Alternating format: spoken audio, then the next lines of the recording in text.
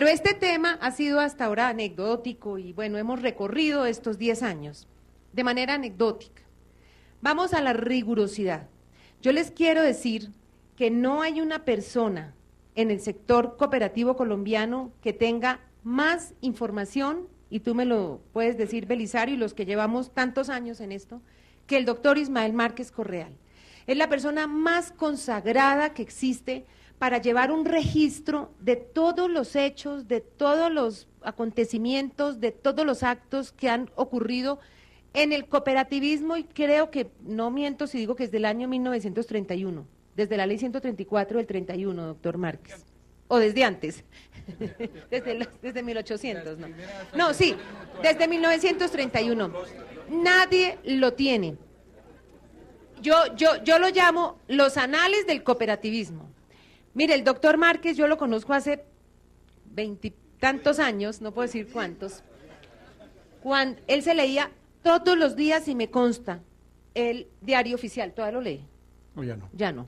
Bueno, ya no lo leen, ya es por internet, pero él juiciosamente, absolutamente todos los días, marcaba todas las disposiciones, los hechos, y tiene todo eso en su cabeza y en sus documentos, en sus anales. Es un honor, doctor Márquez, que usted esté hoy con nosotros, escuchando y participando en este panel, pero queremos que él cierre esta sesión haciendo un recuento cronológico y esquemático a su manera, con todos los datos que usted tiene sobre estos 10 años de la superintendencia. No tenemos el tiempo para oír toda la historia del cooperativismo desde el 31, porque no, él puede gastar 5 horas en eso, pero sí el recuento que usted tiene en su mente con datos para que nos queden bien claros de los 10 años de la superintendencia. Yo estaba un poco preocupado porque veía la hora, habían hablado los 3 compañeros aquí, panelistas, y ahora todos los aplausos que estaban dando, creía que era que nos íbamos a ir ya. Pero entonces diríamos que, resumiendo, me quiero referir concretamente a la vigencia de la ley y los primeros momentos, como arrancó allí, expresando que hace unos días el doctor Enrique Valderrama nos invitó a los aquí presentes y a otras personas para que hiciéramos una especie de conversatorio y acordar lo que se iba a hacer en esta panel. Y por una solicitud muy diferente del doctor Enrique Valderrama, yo le entregué un documento de unas 10 hojas en donde hay una reseña desde 1931 hasta ahora, en 77 años que lleva la antigua superintendencia, el DANCO, y la actual superintendencia. Tengo entendido que ese documento se va a reproducir, se van a sacar las memorias de este día de hoy, y seguramente en esa parte irá o todo el documento o una síntesis, así que me eximo de hacer referencias y entraría a la forma como la ley 454 entra a pensar en la Superintendencia de Economía Solidaria, mencionando que Esperanza Anzola, la directora del DANCO, en el periodo del presidente Samper Pizarro, 1994 a 1998, desde un primer momento obtuvo el respaldo de la Planeación Nacional.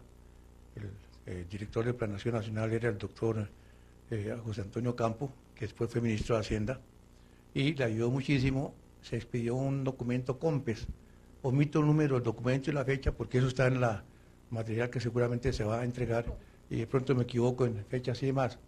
Ese documento COMPES sirvió para estructurar el proyecto de ley que pretendía fundamentalmente transformar el DANCOP en una superintendencia de economía solidaria y dedicada exclusivamente a la supervisión, vigilancia, control. Se pretendía en ese proyecto que la labor de fomento se traspasara a Planeación Nacional. Yo le comentaba a la doctora Esperanza, me preocupaba un poco que el gobierno de Turbay Ayala le había dado a la superintendencia cooperativa de aquella época un edificio donde funciona social, en la carrera 10ª con la calle 15. Entonces ese edificio que era de la superintendencia de cooperativas, ¿a quién se iba seguramente? A Planeación o al ministerio. Ella me dijo, despreocúpese, porque este proyecto pretende transformar el DANCOP en una superintendencia de economía solidaria. Así que al transformarlo, la nueva superintendencia se queda con el edificio que a usted le preocupa y demás. Y a propósito, no sé, eso debe ser de Ansocial o de pronto... Sí.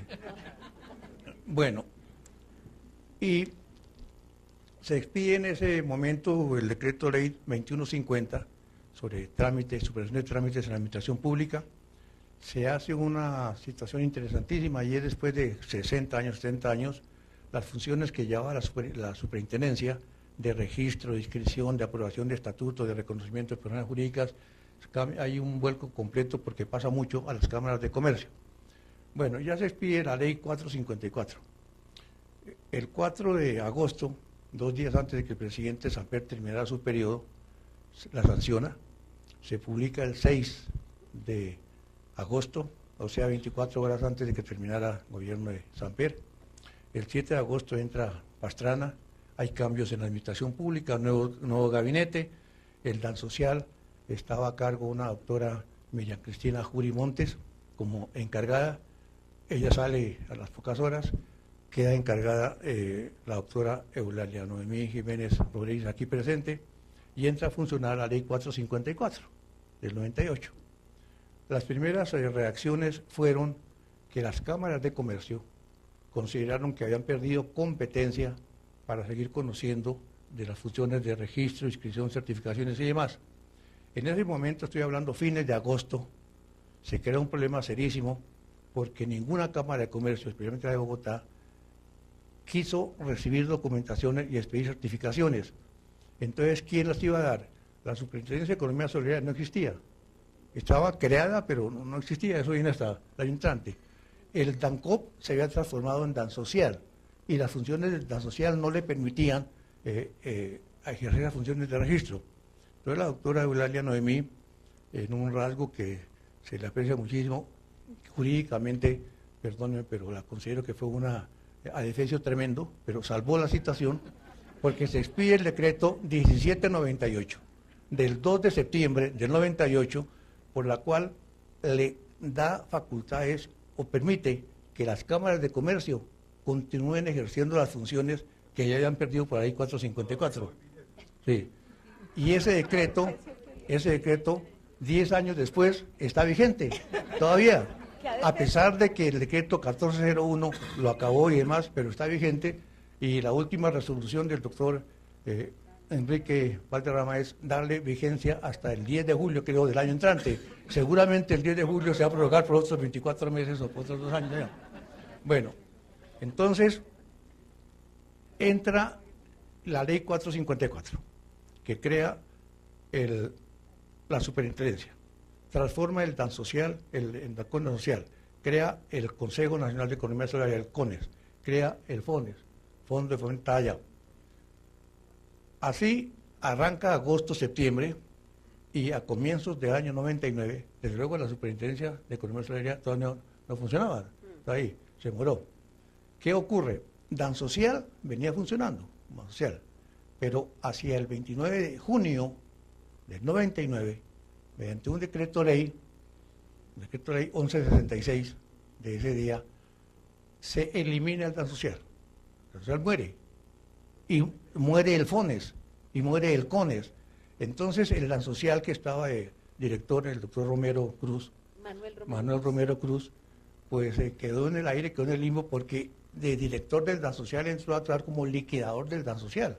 Entonces el liquidador del Dan Social, ¿qué podía hacer? Entregarle a la superintendencia, que no existía, que no tenía nada allá, y eso obliga a que el gobierno, en forma acelerada, de emergencia casi, expida el decreto 1401 de julio, 28 de julio del año 99, dándole la forma a la superintendencia, estructura y demás.